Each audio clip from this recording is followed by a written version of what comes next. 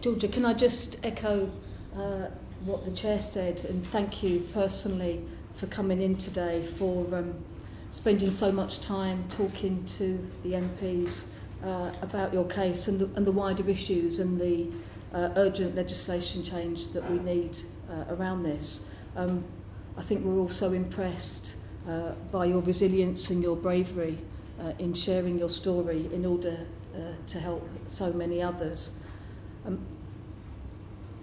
Can I start by asking you how the case impacted you personally, both emotionally and physically?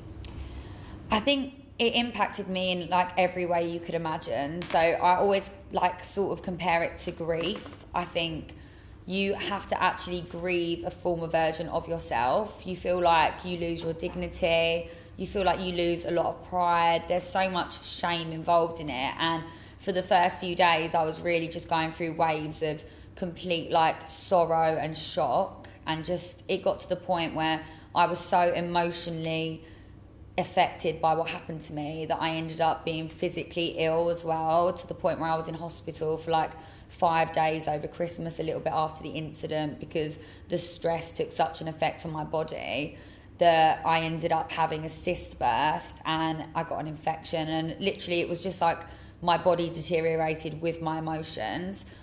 This also obviously had a huge knock-on effect on my career, because I went from just a normal girl who works in television to someone who is now effectively in the porn industry, even though that was something I never ever wanted to be involved in. I always wanted to be a presenter, and for about 2 years so many brands retracted from working with me, and it got to the point where I had to move out of my home and move back in with my mother for 2 years. Love you, Mum, but it wasn't the plan at 27, you know. So financially it took a massive hit to me, but emotionally it took away a lot of my innocence, and it changed the way that I value myself as a person, because now I know whenever I'm dating, meeting new people, going into any sort of a new work opportunity, I am known as the person who has this sex tape, which I never ever filmed and never consented to be out there. So it changed a lot for me, and it definitely gives me a lot of fear for one day, if I do have a family, which is something that was always my intention, are my children going to be able to stumble across this footage because I'm not protected in the right way by the government for that not to be an issue right now? Thank you. And if we can just touch a bit more on your professional career. I know that shamefully some brands dropped you as their ambassador. Just wondering, was there any attempt by them to acknowledge that you'd been a victim of a crime? No, so like if you looked at my earnings before it happened and then after, the drop was just completely drastic. But the majority of them obviously didn't want to admit that the reason that they didn't want to work with me was because of this issue, especially at that time prior to my name being cleared. So things definitely turned around once I had the court case and I got the guilty verdict. But prior to that, people just wanted to wash their hands of me. They weren't sure if I had some form of involvement in the video. And I think either way, there were plenty of people that had the same following as me or the same thing to offer. And I just became someone that was a red flag. So, yeah, many of them just sort of acted like they didn't want to rebook me. But a few people said to my agent, sort of like off the books, that obviously a lot of the reason that they done it was because of the video. And I'll never get my connection back with the majority of those brands. But, you know, I'm building new connections with brands that really do stand up for women, and they believe in targeting and tackling violence against women and girls. And, you know, they're the sort of brands that I want to be working with now. But for about 2 years, I couldn't get any work whatsoever because of it. And post the case, did any of those brands come back to you? In any way to, I don't know, whether, if not to apologise, at least to acknowledge that you had been a victim and that maybe they hadn't acted in the best way? Not really. I don't think any of them really wanted to admit that the reason they stopped working with me was because of that. So to come back to me now and apologise would be taking accountability. Some of them I do work with again now because I can understand that potentially maybe I was just a flight risk at the time. But some of them I'll never work with again just because, you know, I'm very much aware that they dropped me in my time of need. Yeah. So. Yeah. I think that's understandable. Yeah. When we were talking earlier, you were telling me about how many young girls or women approach you all the time, I think you said, certainly very often, to tell you about themselves being in a similar situation. So can you tell me a bit more about how many people have contacted you directly since you spoke out about your experience, and how you deal with that, with someone who's in a similar situation, and what you say to them when they're looking for advice? Altogether, I would say thousands. Like when it was at the peak of what happened, I was getting just a complete influx that I couldn't even keep up with.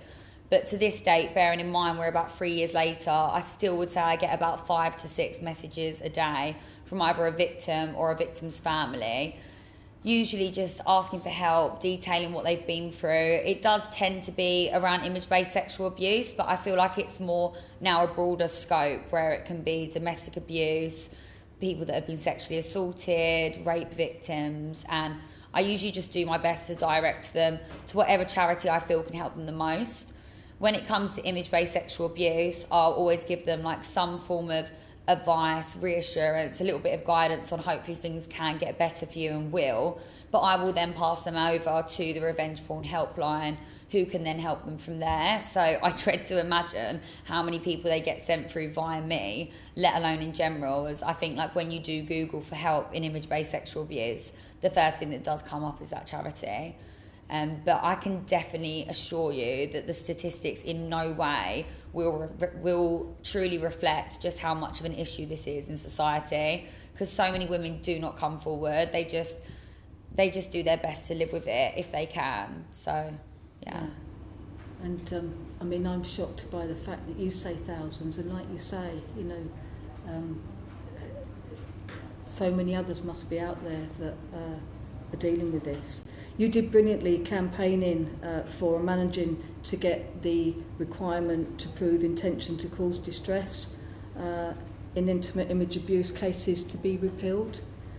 The loopholes in existing law means that thousands of websites containing intimate image abuse material cannot be removed from the internet, resulting in the victimisation of so many once again. So what more, in your view, needs to be done to support victims of non-consensual intimate image abuse?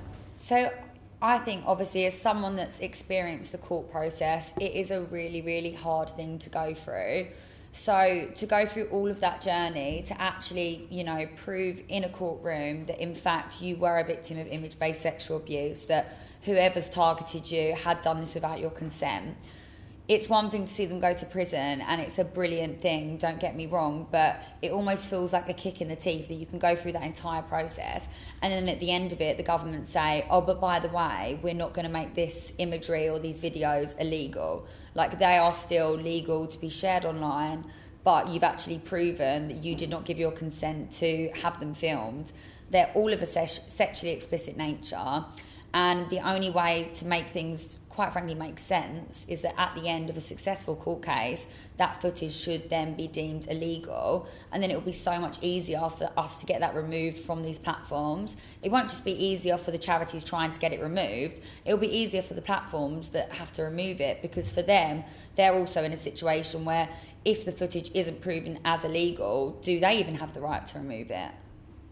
So as a legislator, it seems clear to me what we need to do to put these protections in place. What do you think, what else can the platforms do? I think the best things that the platforms can do is have some form of a 24/7 phone line where you can get through and speak to a human about what you're going through. I just think when you look at any other sort of service, Vodafone, BT, if I've got something wrong with my Wi-Fi, I can get someone on the phone any time of day. So how is it possible that these platforms that are making billions a year, not even millions, billions, can't have some sort of a compliance phone line where you can call them up and say, look, this is an unconsented video, it's so important that you do something about this, and someone goes, okay, I hear what you're saying, we're on it. It would make such a difference to victims out there, and they wouldn't feel unheard, because there's nothing worse than feeling like you're drowning and no one's available to answer the phone. Thank you so much.